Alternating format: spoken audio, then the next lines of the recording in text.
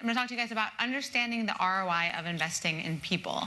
And a lot of that, I think, ties... How many people are in the people and HR space here? And then what's everyone else? Everything. Marketing? Community? Where does community sit? Customer success? Marketing? Its own thing? Its own thing. Okay, cool. Okay, great. So I think we can apply this to a couple things. One is we all have people on our teams, and we are all people, and our companies have people, so I would think about it in that lens.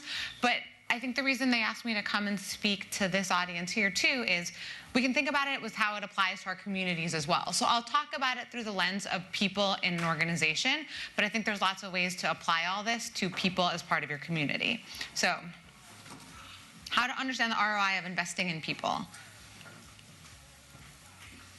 Does everyone know what that is?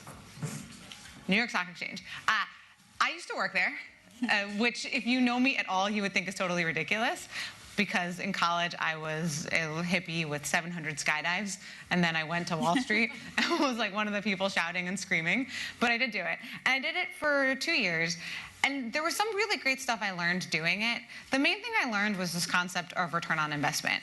Because it was basically my job to take rich people's money and try to make them richer. And all I had to do was think about where can I get the best return on investment for what I'm doing.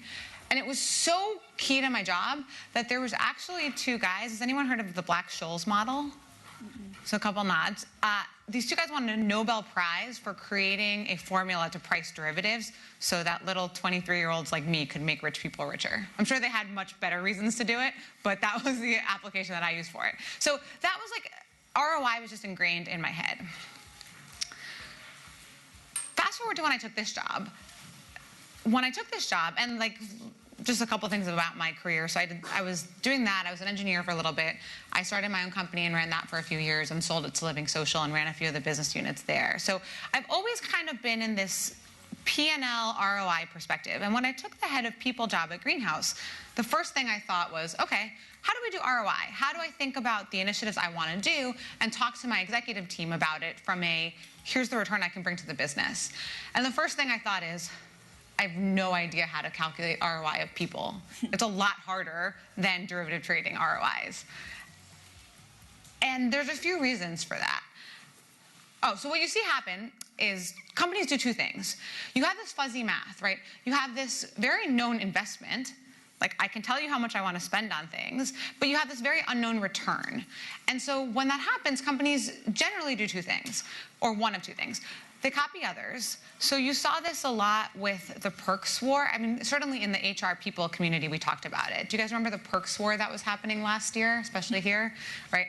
Everyone's like, we also offer Michelin star chefs, and we will also do your laundry, and we will pick you up at your house. And when you asked people why they're doing all this, they all said, well, everyone else is doing it, so we have to do it. And I remember digging into a lot with people leaders and saying, what's the ROI? Like, why are you choosing to spend $10K on your employees on this versus this other stuff you could be doing? Like, why not development? Why not hiring more managers and having a better ratio? And people got really stuck. It was, well, everyone else is doing it, so we should do it. That's one thing that happens. The other thing that happens is you see companies generally underinvest. So because we've got this fuzzy math, when you don't know what the return is, it's very hard to talk to your executive team and say, I need all this money, but I can't tell you what we're going to get out from it. Does that sound right? And I think that probably, I could see that applying to the community field as well, right? It's much harder to quantify. So what generally happens is people assume the return is less than it actually is. And so if you think the return is less, you're going to invest less. And so that's what you kind of see. So I want to switch to other parts of the business to see how they think about it, because that was the approach I took for the people team. So if you think about the marketing team, let's say your head of marketing says, you know, right now we're doing 50,000 leads per year, but I have a plan and I know how to do next year 100,000 leads. Everyone would say, absolutely. Like, tell me what you need, but like, yeah, do this plan. That's a great return, right? You could also look at, let's say, you know, R&D. How about your product and engineering team? They'll say, here's the roadmap. This is everything we're going to accomplish this year. but I've got a few ideas. It means hiring 1 or 2 more people, and it means investing in this new process that we're going to use, but we can do this whole entire roadmap in 6 months. People would go nuts, right? They would say, absolutely, let's do that. That's a great return. So the question I asked myself and my team asked as we talked is, how do we get to say that as a people team? What's the impact we bring to the business so that we can have as impressive conversations as saying, we'll double the leads, we'll have the product roadmap? Because we're not any less capable, we just didn't have the way to articulate it. And so the concept that we've come up with is, I switched it to another font and it's just going a lot slower, so I had to look at it, is employee lifetime value, or ELTV. So when I ask people teams if they've heard of customer lifetime value, I don't get all the hands raised. How many of you here have heard of customer lifetime value? Right. Okay. So customer lifetime value, marketing, sales, customer success, community, you guys think about this concept. You can also apply it to an employee and say, there's some value that an employee brings to the company, and you can think about it over their overall lifetime. So how do we start to understand that and make decisions on it as a people team? So the first thing I'll say is it's really hard to calculate. And back to when I said, these guys won a Nobel Prize for doing it for derivatives and options. No one's done that yet for people. So if someone's gearing for a Nobel Prize and you happen to have a PhD in stats, then please do it. But until then, the challenge is a couple things. It's very hard to assign a value to a person. So saying, and you've heard the performance reviews are all broken and no one's doing them anymore. I mean, it's really hard to say one person's 8.7 and you're a 7.8. And I know that difference, right? That's very hard to do. The other thing that happens is there's just too many variables. Maybe in sales, you could say their performance and their value is tied to the money they bring in, but even that feels really limiting in scope because there's all this other stuff people contribute. They contribute to the culture. If someone's really collaborative, if they're always here to help onboard the new team members, if they're really solution-oriented and they always come to you with ideas, that's a lot of value, but that's really hard to put into some formula that you can just say, okay, this is your ELTV. And then it's also very subjective, right? A lot of the conversations we've been having are around all the unconscious bias that exists, and it is real, and it's there. And if we think that we can assign accurate numbers to people without having that come into play, then I think we're fooling ourselves. So my first reaction was, okay, so there's this concept of ELTV. I know that's what it would take to do it, and I have no idea how to calculate it. It's really hard. So I think you shouldn't calculate it. Okay, I'm done. So what I think you can do rather is compare. So what we're gonna, and I'm gonna walk through a case study. What we're gonna find is the difference between one company that's okay or decent at people practices and one company that's good. So not even an excellent and a terrible company, but small differences are so dramatic with their impact on ELTV, that it doesn't matter that we can't calculate the actual numbers. Because if marketing can say we'll double leads and engineering can say we'll do the product roadmap in half, we can also say we can double ELTV. And then it doesn't matter if we doubled it by 1.9x or 2.2x. We can double it, and that should help us wrap our heads around how to think about investments. So we're gonna come back to this. So see, it's a lot slower. So the framework we're going to go through is I'm going to show you the ELTV model. I'll compare 2 scenarios, and then I'll walk through a proposal template for how we can put that into action that hopefully you can take back to your organizations and put the community spin on it and think about how to talk to your companies about the value and the ROI of the community in terms of return and not just in terms of investment. Sound good? Mm-hmm. And how's timing going? Oh, good. Okay, we'll be great. So, did I mention we're going to do some math today? I'll do most of it, so it's okay. But what we have here, this is not the whole math. This is start of math. So we've got time on the x-axis, and this y-axis has output. And my output scale right now is -6 to +8. Does anyone know what these numbers mean? If you're thinking nothing, you're right. They don't mean anything, except that there's this concept of high output And there's this concept of low output, right? Like you understand that some people can do more than others. And so that scale could be 700 to minus 300. It doesn't really matter. The point is there's high, there's low, there's a 0, and you can compare. So what I'm going to walk through is I'm going to walk through the employee life cycle. So we start at negative.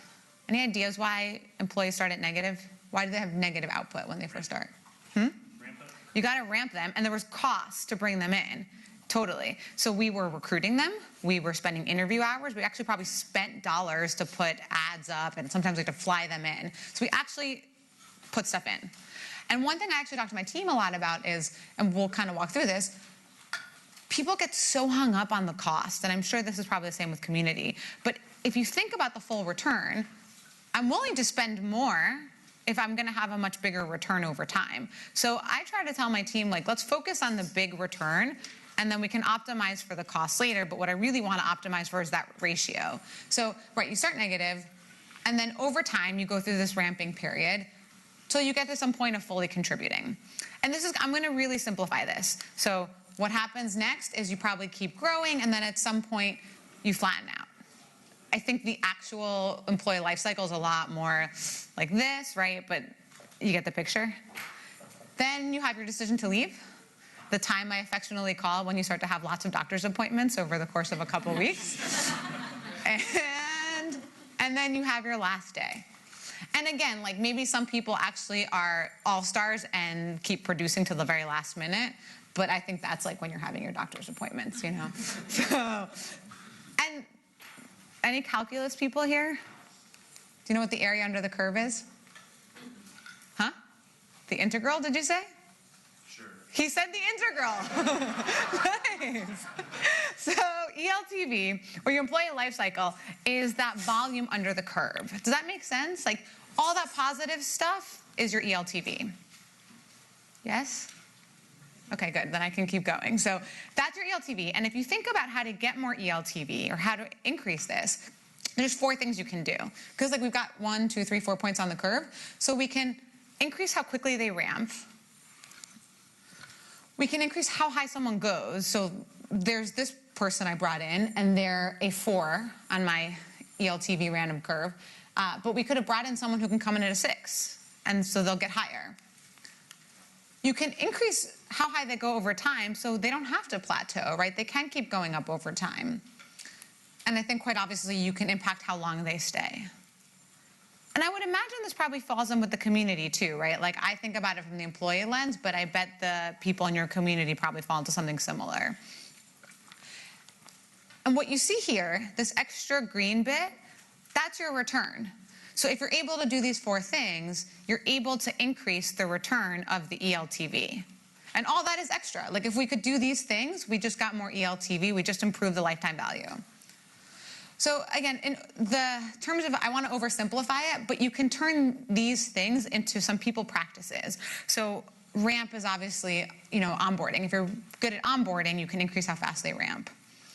Why do you think hiring comes after onboarding in this curve?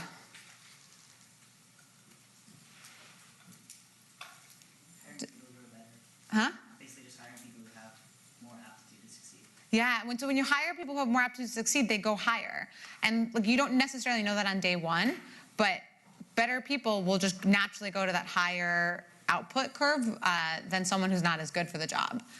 Then management and development. So if you're really good at management practices and you're really good at developing your people, they will grow over time.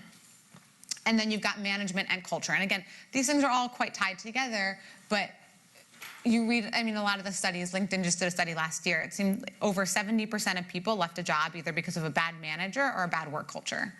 So if you get better at those 2, you probably increase tenure. So that's kind of the simple version of how to increase ELTV. So what we'll do now is actually do a case study and put some numbers to it. I know I said you can't calculate, but you can calculate a few things. So we're going to calculate 1 just to get a sense for how big this difference is. And the example I'll use is sales, because sales is super easy to measure. And I'll pick some easy numbers. So we've got a salesperson. We're going to have 2 companies, company A and company B, or it might be company 1 and company 2, but one of those 2. And you've got salesperson has a salary of $60,000 per year. So every month we pay the salesperson $5,000. And their quota is $600,000. So every month, if they hit their quota, they bring in $50,000. So this is the math part. But this makes sense, right? We pay them 5, and if they hit quota, we get 50. 10. Good. Tracking well. So now our curve again. But what we now see with this curve is we're actually going to put, now the y-axis is real. So now we've got net revenue in thousands, and here's 0, here's minus 10,000, here's plus 70,000. And what I'm going to do is make 4 assumptions with this, with those practices I talked about. I'm deliberately going to make them feel fairly reasonable because, again, the point I want to share is it's not about being awesome and being okay.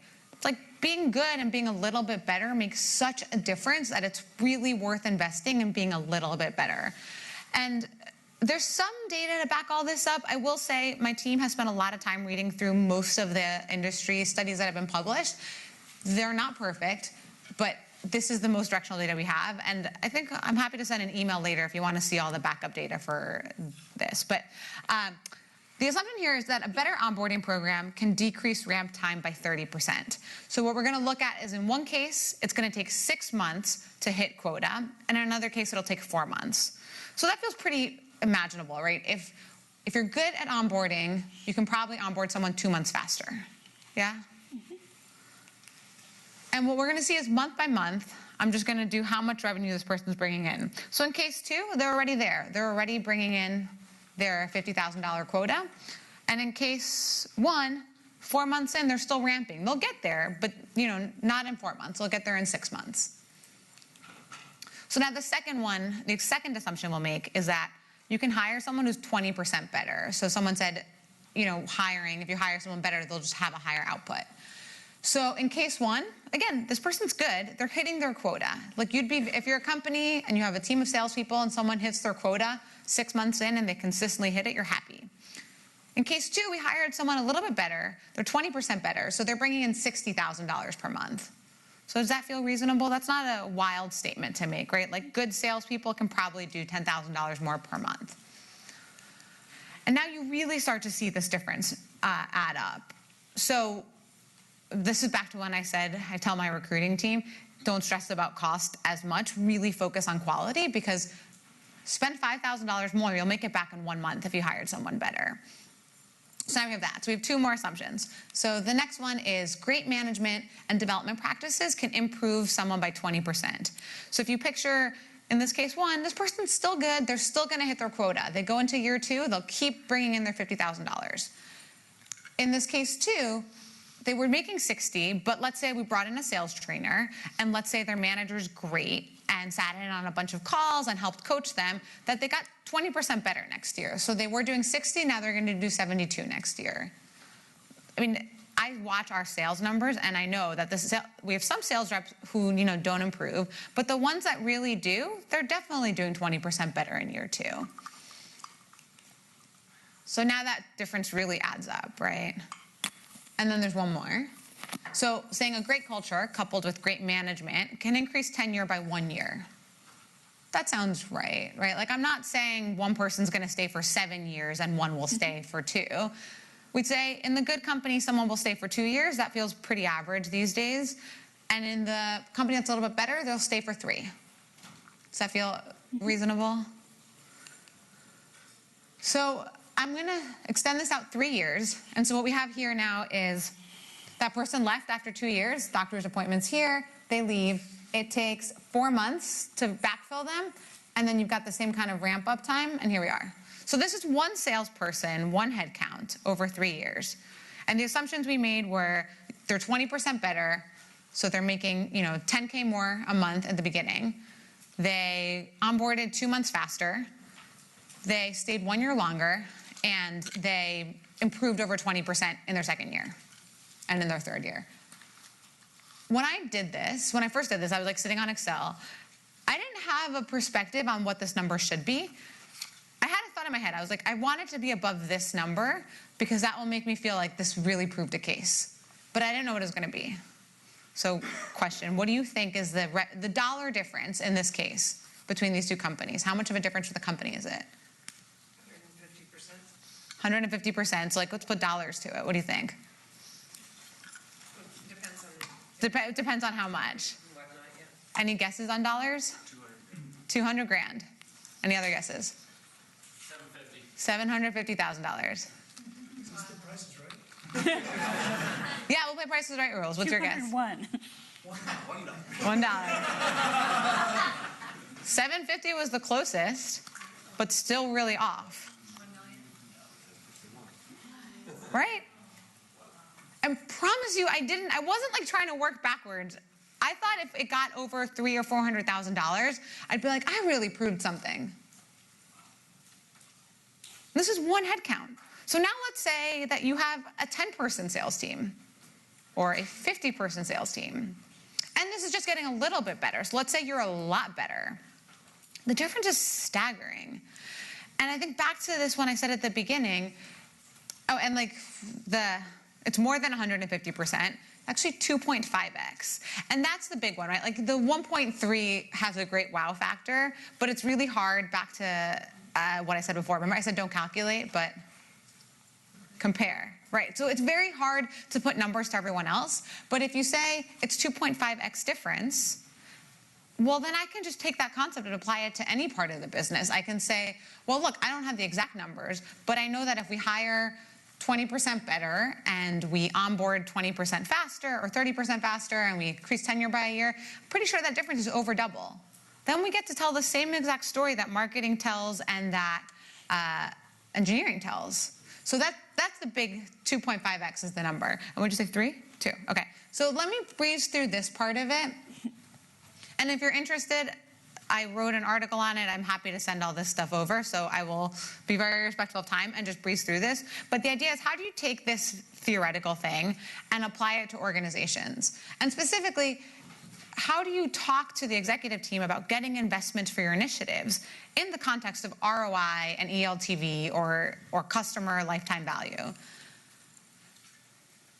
And I'll tell you a quick story. So when I first got to Living Social and I had to go make headcount requests, the first thing I did is went to my boss and said, hey, Doug, and he was the chief revenue officer. So like, he thought a certain way, and he was great. And I said, hey, Doug, my team is really swamped. Everyone's really busy. We need more people. And he's like, I hear you. I'm on it. And I was like, nothing happens. A few weeks later, I was like, no, really, like they're working on weekends. And he's like, no, I hear you. And nothing happens. And it wasn't his fault. I just wasn't making a good case. So I went back and I said, okay, actually, Doug, I thought of it differently. I was like, I have 3 models for you. Here's the revenue number I'll sign up for with this current team.